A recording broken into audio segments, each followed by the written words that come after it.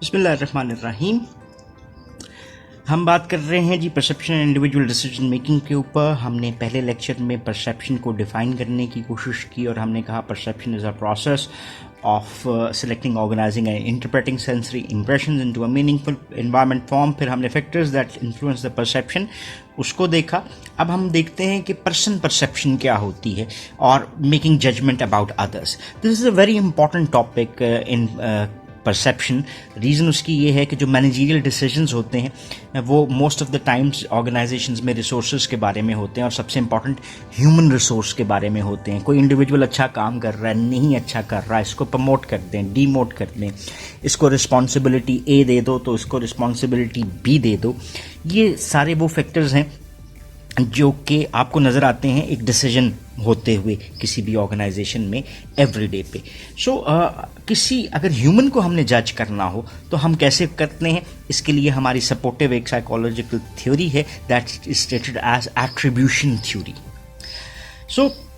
Non living objects जैसे कोई भी डेस्क है, मशीन है, बिल्डिंग्स हैं, वो लॉ ऑफ नेचर के ऊपर बेस करते हैं, लेकिन उनके अपने बिलीव्स, मोटिव्स या इंटेंशंस ऐसी नहीं होती। लेकिन लोगों की इंटेंशंस होती हैं, मोटिव्स होते हैं, लाइक्स डिसलाइक्स होते हैं।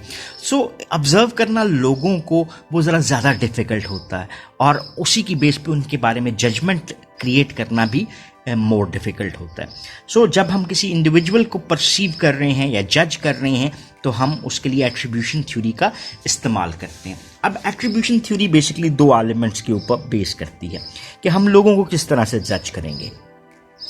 अब ये जो एट्रीब्यूशन है ये लोगों के गिवन बिहेवियर्स के ऊपर बेस कर रही होती है और ये सजेस्ट बेसिकली ये करती है कि एक इंडिविजुअल का बिहेवियर कैसे कॉज हो रहा है। अब कैसे कॉज होने में हमें पहला फैक्टर नज़र आता है, this is termed as internal factor, और दूसरा फैक्टर जो नज़र आता है वो क्या है, एक्सटर्नल फैक्टर। यानी ये थ्योरी किस पे बेस करती है, ये कहती है कि ह्यूमन बिहेवियर जो भी है it is either caused internally और कॉज्ड एक्सटर्नली। अब इंटरनल फैक्टर्स कौन से होते हैं? इंटरनल फैक्टर्स हम उनको कहते हैं जो कि इंडिविजुअल के अपने कंट्रोल में होते हैं। कंट्रोल में फैक्टर्स अगर हैं जैसे सुबह के वक्त उठना, काम के लिए जाना, ये बहुत सारी चीज़ें हमारे कंट्रोल में हैं। टाइम पे सोना ताकि टाइम पे उठ सकें, एक्सरसाइज करना ताकि आप फिट रह सकें, ये वो इंटरनल फैक्टर्स हैं जो कि एक इंडिविजुअल के कंट्रोल में होते हैं। एक्सटर्नल फैक्टर्स वो होते हैं जो कि beyond the control of that individual exist कर सकते हैं। वो एक्सटर्नल फैक्टर्स जैसे बारिश का हो जाना, गाड़ी का ख़राब हो जाना, टायर का पंक्चर हो जाना, रोड का ब्लॉक होना, ये वो फैक्टर्स हैं जो कि हमारे कंट्रोल में नहीं है। इसी को थोड़ा सा देख लेते हैं कि जो इंटरनली कॉज बिहेवियर्स हैं वो those we believe to be under the personal control of the individual, और externally cause behaviour is that we imagine the situation force the individual to do. ये दो एक डिस्टिंक्शन आपके सामने आ गई कि एट्रीब्यूशन थ्योरी कहती है कि human behaviour is either caused internally और इट इज कॉज्ड एक्सटर्नली। अब हम ये कैसे जज करेंगे, कैसे डिसाइड करेंगे कि ह्यूमन बिहेवियर इंटरनली कॉज्ड है या एक्सटर्नली कॉज है? इसके लिए हमारे पास तीन बेसिक फैक्टर्स नज़र आते हैं या एट्रीब्यूटिंग एलिमेंट्स नज़र आते हैं। पहला हमारे पास आता है जी डिस्टिंक्टिवनेस, दूसरा कंसेंसस और तीसरा कंसिस्टेंसी। एट्रीब्यूशन थ्योरी को अंडरस्टैंड करने के लिए इन तीनों फैक्टर्स को भी अंडरस्टैंड करना बहुत ज़्यादा ज़रूरी है हमारे लिए। और वो क्या है जी, सबसे पहले देख लेते हैं कि व्हाट इज़ डिस्टिंक्शन या डिस्टिंक्टिवनेस। ये हमारे पास जो डिस्टिंक्टिवनेस है इसको हम कैसे डिफाइन करते हैं कि जहाँ पे एक individual displays different behaviour in different situations. जैसे फॉर इंस्टेंस एक दिन का काम है और एक दिन के काम में मैं कई सिचुएशंस में इन्वॉल्व होता हूँ। फर्ज करते हैं आज सुबह के काम में मैं लेट था, I reached office late by 7 minutes, that's a bad thing.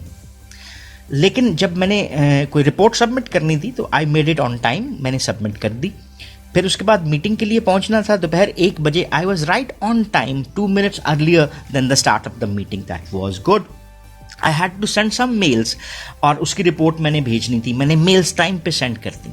अब आपको क्या नज़र आता है कि ये मैंने 1, 2, 3 और 4 बिहेवियर्स किए। पहला बिहेवियर सुबह का आना था, ठीक है, वो मैं लेट था, लेकिन बाकी on time, on time, on time, और 5वां behaviour on time. My this behaviour is distinctive than these behaviours. ये हमारी क्या होगी?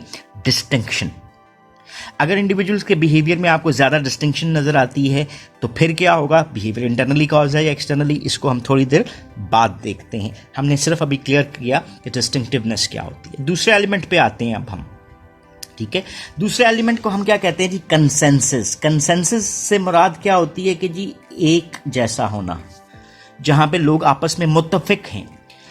इसको हम डिफाइन करते हैं, if everyone who faces a similar situation responds in the same way, we can say the behaviour shows consensus. Just इसकी example लेते हैं कि अगर एक रूट से आने वाले तमाम ही लोग लेट आते हैं तो तमाम लेट आने वाले एक किस्म का बिहेवियर शो कर रहे हैं, कंसेंसस शो कर रहे हैं, that is coming late. Attribution perspective में कंसेंसस अब हमें क्या बताता है कि बिहेवियर इंटरनल कॉज है या एक्सटर्नल, इसको थोड़ी देर बाद देखते हैं। कंसेंसस को हमने अंडरस्टैंड करने की कोशिश की, when people respond in the same way we believe that they are more involved in consensus. और तीसरी फाइनल जो ऑब्जर्वर किसी भी चीज़ को असेस करते वक्त देख रहा होता है वो क्या है जी? कंसिस्टेंसी। कंसिस्टेंट होना, लगातार होना। अब देखो, डिस्टिंक्शन फर्क होना, कंसेंसस सिमिलर बिहेवियर शो करना, कंसिस्टेंसी लगातार। अब कंसिस्टेंसी, जैसे फॉर इंस्टेंस किसी एक एक्शन की हम बात करते हैं, उस एक्शन में मेरी कंसिस्टेंसी क्या है? जैसे जी फर्ज करते हैं मैं जी सुबह ऑफिस आना, सो रीचिंग ऑफिस, और I reach office 7 minutes late, then second day I reach office 9 minutes late, then third 3 minutes late, then fourth पे मैं on time, then 7 minutes late, 6 minutes late, 5 minutes late. Okay, so अब आप ये देखते हो एक person का action, ये एक पर्सन के एक्शंस आपको नजर आ रहे हैं, ठीक है, और उस पर्सन के रिस्पॉन्सेज जो हैं वो आपको कंसिस्टेंट नजर आ रहे हैं। तो वो कंसिस्टेंटली क्या हो रहा है जी? वो ऑफिस से लेट हो रहा है।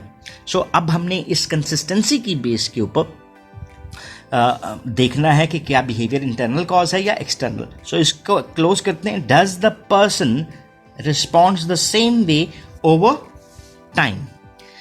ये बेसिकली हमारी कंसिस्टेंसी हुई। इन्हीं तीनों पॉइंट्स को क्लियर करने के बाद अब हम एक डायग्राम को यूज करते हैं और उससे समझने की कोशिश करते हैं कि एट्रीब्यूशन थ्योरी हमारी क्या कहती है।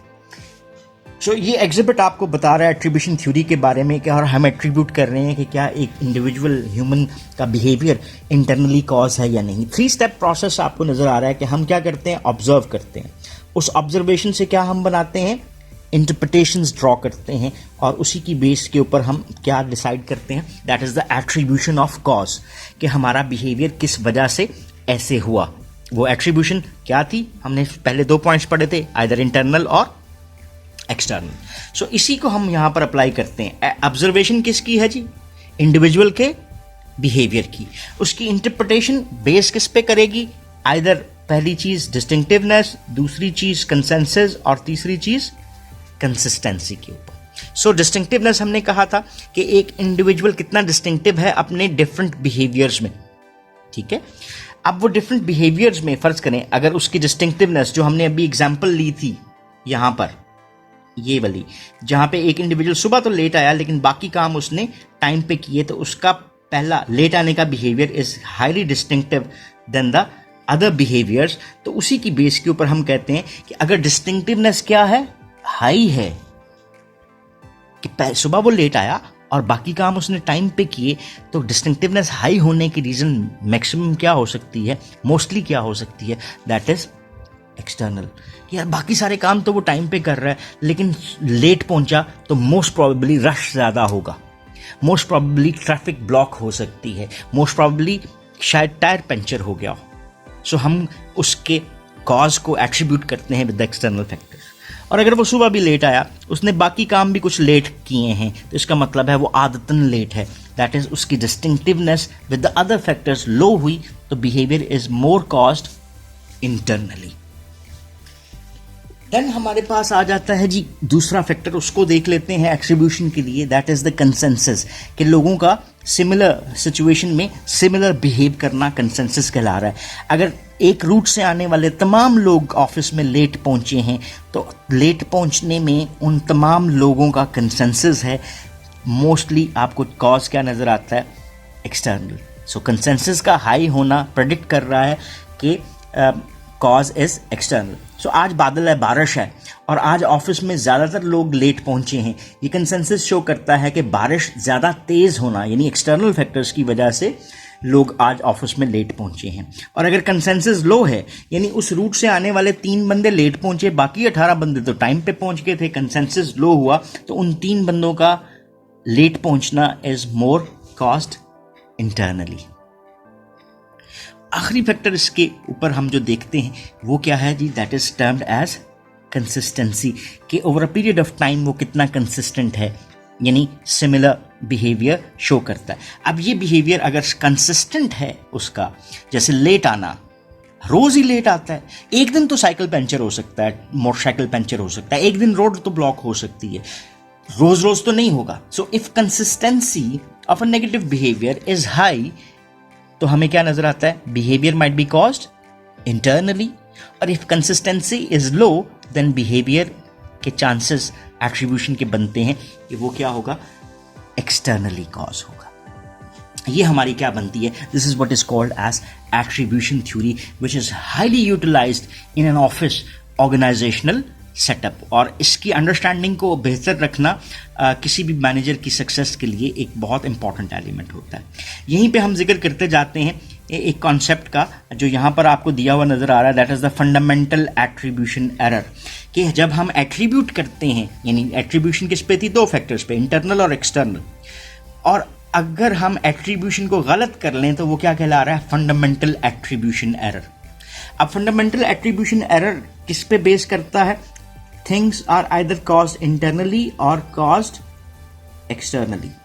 अगर एक्सटर्नल इन्फ्लुएंस को मैं अंडर एस्टिमेट कर लूं और इंटरनल इन्फ्लुएंस को मैं ओवर एस्टिमेट कर लूं, यहां पे जी मैंने एरो भी दिया, ओवर एस्टिमेट भी लिख देता हूं, और यहां पर हम क्या करते हैं जी? अंडर एस्टिमेट कर रहे हैं, तो मैं क्या कर रहा हूं? I am making an error which is called as fundamental attribution error. So मैं कहता हूं, इसकी एग्जांपल ले लेते हैं कि एक बंदा जो अच्छा परफॉर्म नहीं कर रहा, ठीक है, चलिए सेल्स की बात कर लेते हैं, सेल्स में अच्छा परफॉर्म नहीं कर पा रहा, तो मुझे क्या नज़र आता है कि उसका परफॉर्मेंस के कई रीजंस हो सकते हैं, इंटरनल और एक्सटर्नल। सो हम अगर उसको देखते हैं कि वो ठीक काम नहीं कर रहा, और मैं कहता हूँ कि ये जानबूझ के ठीक नहीं करता, ये कॉम्पिटेंट नहीं है, या ये कॉम्पिटेंट है भी तो जानबूझ के लेजी रहता है और काम नहीं करना चाहता, तो मैं क्या कर रहा हूँ? मैं इंटरनल फैक्टर्स को ओवर एस्टिमेट कर रहा हूँ और एक्सटर्नल को अंडर एस्टिमेट करता हूँ। सो मैं ये एक एट्रीब्यूशन एरर कर सकता हूँ जिसकी बेस पे मेरी जजमेंट गलत हो सकती है। हो सकता है वो इंडिविजुअल तो काम ठीक कर रहा है, लेकिन उसके beyond control factors like market की सिचुएशन, लाइक डिस्ट्रीब्यूटर की परफॉर्मेंस, वो उसके साथ नहीं दे रही। सो जो राइट डिसीजन है वो एट्रीब्यूशन पे बेस करता है, और फंडामेंटल एट्रीब्यूशन एरर हमारे लिए प्रॉब्लम क्रिएट कर सकता है। एक और एरर जो हमारे एट्रीब्यूशन में हो सकता है, जो हम अपनी जजमेंट करते हुए कर सकते हैं, वो क्या कहलाता है? That is termed as self serving bias. Self serving bias ये कहता है कि एक इंडिविजुअल जब अपने आप को जज कर रहा होता है या परसीव कर रहा होता है, तो वहाँ पे एट्रीब्यूशन थ्योरी को अप्लाई करते हुए वो कुछ एरर कर सकता है, बायसेस शो कर सकता है, ठीक है। जस्ट एक एग्जांपल इसकी कि मैं एक बंदे से पूछता हूँ कि यार ये तुमने तो बहुत अच्छा किया है, वो कहता है हाँ जी मैंने बहुत अच्छा किया है, मैंने मेहनत ही बहुत की थी, मैंने पास्ट परफॉर्मेंस मेरी ऐसे रही और इसकी बिना पर मैंने बहुत अच्छा कर लिया। 2 दिन बाद उसकी परफॉर्मेंस डाउन होती है, तो मैं कहता हूँ यार ये तुमने अभी ऐसे क्यों नहीं किया? तो हम कहते हैं कि यार ये मैंने तो बहुत अच्छा किया था, ये फलाना और फलाना काम नहीं कर रहा। सो इसकी एग्जांपल हमें पॉलिटिकल जो अपनी राइवलरी है वहाँ से भी मिल सकती है कि whenever we something goes good तो वो कौन करता है? हुकूमत खुद करती है, और व्हेन समथिंग गोज़ बैड तो पिछली हुकूमत ने काम ठीक नहीं किया।